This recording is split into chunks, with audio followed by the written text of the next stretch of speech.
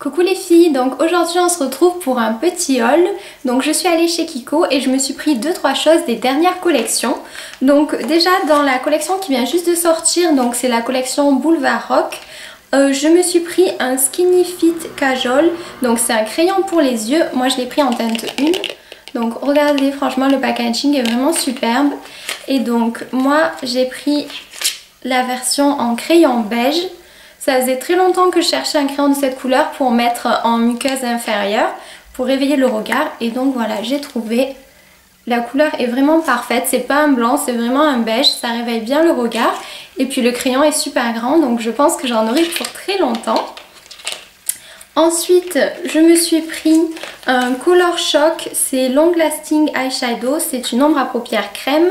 Et je me suis pris la numéro 107, Inspiration Émeraude. Pareil, franchement j'ai adoré le packaging, ça fait un effet un peu jean sur le carton.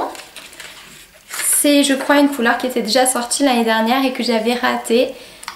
C'est comme ceci, un genre de vert sirène, moi j'appellerais ça comme ça, mais sublime avec plein de reflets.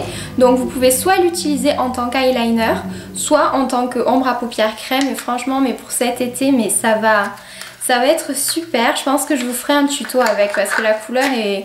On voit pas ça partout, c'est vraiment une super couleur. Et enfin, dans la même collection, je me suis pris un pinceau. Donc c'est le pinceau pour le visage, le Face Brush, qui se présente comme ça. Je vais vous montrer.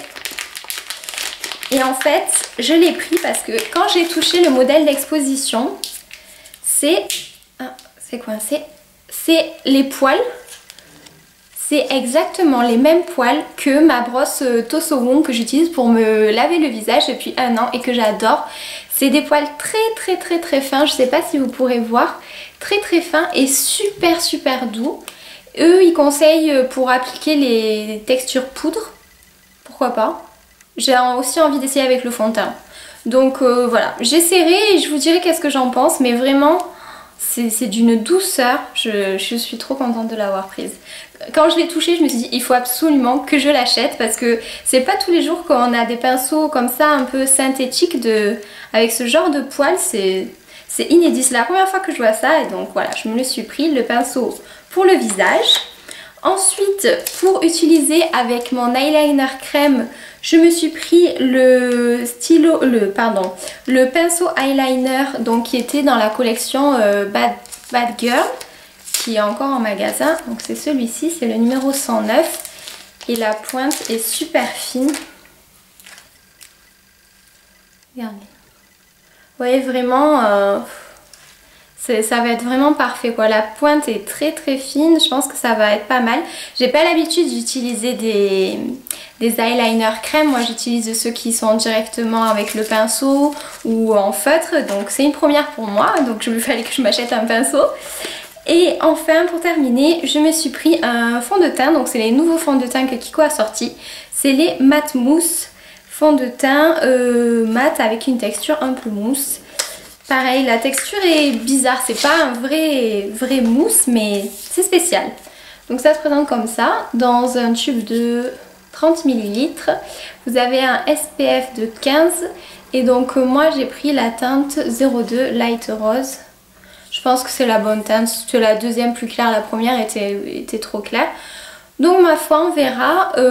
J'ai pas de fond de teint matifiant, c'est pour ça que je voulais en acheter un d'ailleurs. J'ai que des fonds de teint qui ont un rendu lumineux et c'est vrai que des fois il y a des jours où quand ma peau elle va pas très bien, j'aimerais plutôt avoir un fond de teint matifiant et pas lumineux. Donc voilà, je me suis dit que ça serait peut-être sympa d'essayer celui-ci.